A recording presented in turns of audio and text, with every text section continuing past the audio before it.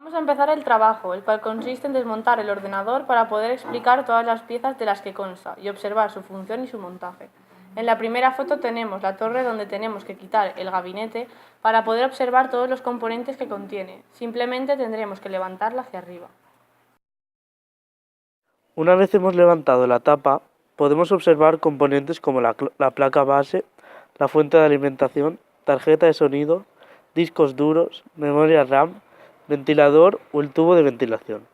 Es preferible sacar los elementos con un orden, ya que puedes encontrar problemas al desmontar. El componente del que vamos a hablar es el tubo de ventilación. Su función es sacar el aire caliente que envía el ventilador, el cual proviene del disipador. Con esta función hacemos que el procesador no se sobrecaliente. Para desmontarlo es preferible tener cuidado con la pestaña, ya que podemos dañarla y dejaría de encajar. Lo siguiente de lo que vamos a hablar es la tarjeta de red. Esta es la interfaz física entre el ordenador y el cable de la red, la cual convierte los datos que envía el ordenador de tal manera que pueden ser transferidos por medio del cable de red a su destino.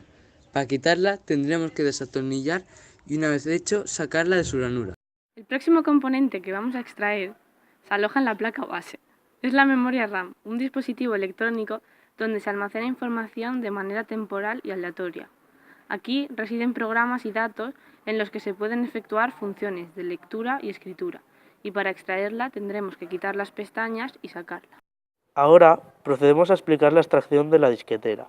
La disquetera es la unidad lectora de disquetes y se encuentra en la parte exterior de la caja, justo al lado del disco duro. Esta unidad es básica en la estructura de un ordenador a día de hoy. Para extraerla tendremos que apretar el botón verde y sacarla hacia afuera. El siguiente componente es el ventilador, y su función es enfriar la máquina y protegerla contra el calor.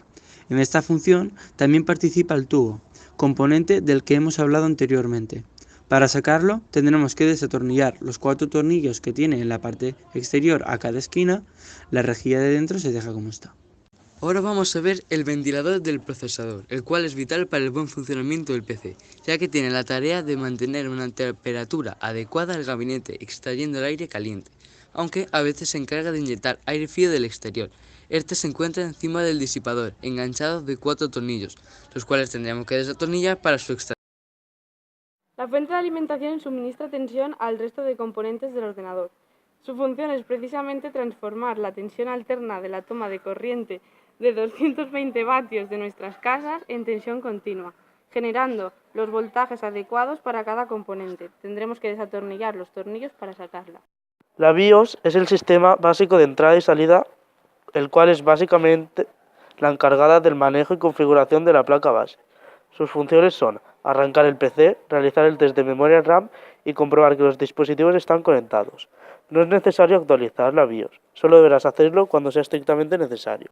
Un disipador es un instrumento que se utiliza para bajar la temperatura de algunos componentes electrónicos, destacando el procesador.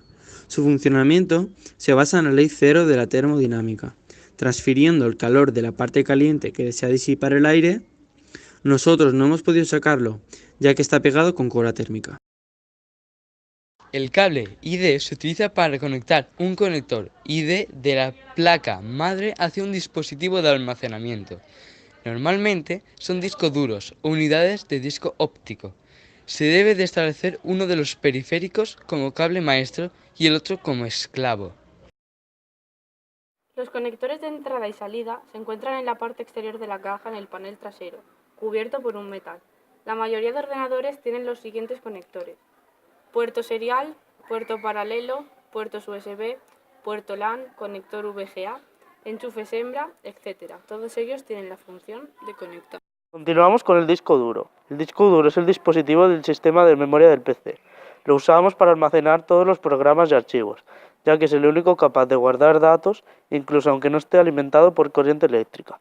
La característica más importante de un disco duro es su capacidad de almacenaje.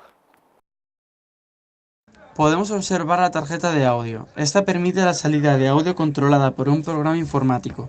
Suele usarse para que las aplicaciones multimedia del componente de audio suenen y puedan ser gestionadas. Estas incluyen composición de audio y en conjunción con la tarjeta de videoconferencia también pueden hacerse una edición de vídeo, presentaciones multimedia y entretenimiento. La tarjeta gráfica es una tarjeta de expansión de la placa base del ordenador que se encarga de procesar los datos provenientes de la unidad central de procesamiento, la CPU, y transformarlos en información comprensible representable en el dispositivo de salida, por ejemplo, monitor, televisor, proyector.